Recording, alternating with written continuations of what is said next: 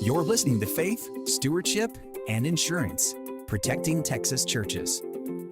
The show that gives pastors and church leaders the clarity they need to protect their people, property, and ministry.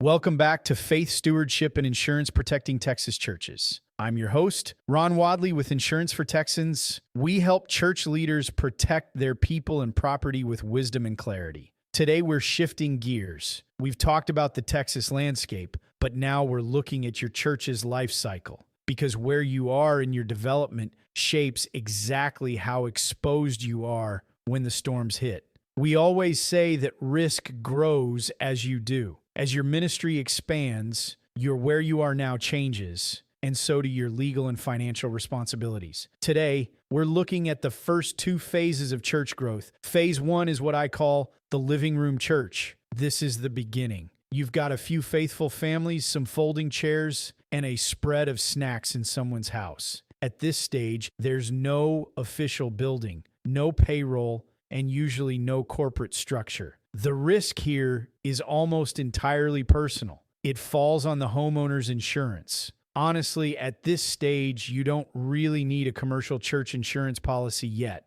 You're in the seed stage, and that's a beautiful place to be. But then comes phase two, the portable church. You've outgrown the living room. You're renting a school cafeteria, a movie theater, or a local rec center on Sunday mornings. This is a massive jump in your risk profile. The moment you sign a rental agreement or a lease, that landlord is going to legally require you to carry general liability insurance. It's in almost every commercial lease in Texas. They want to know that if a visitor trips over a power cord in their cafeteria, your insurance, not theirs, is on the hook. At this stage, I also strongly recommend adding inland marine coverage for your equipment. Think about it. You are hauling your sound system, your pews, and your nursery gear back and forth every single week. That gear is the backbone of your operations. If a trailer is stolen or a soundboard is dropped during load-in and you don't have equipment coverage, your Sunday morning just went silent. Stewardship in the portable phase means realizing you've stepped out of the personal world and into the professional world of liability. Tomorrow, we're going to talk about the high-stakes transition that happens when your church finally decides to put down permanent roots. Whether you're in a living room or a middle school gym, knowing your current phase is the first step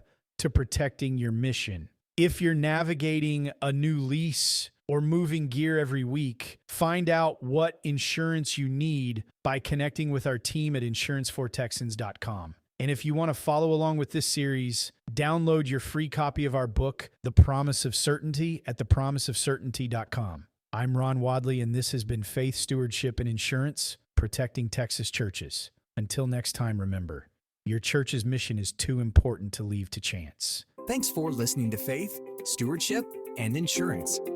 Until next time, remember, insurance isn't just about policies. It's about safeguarding the mission God has called you to lead.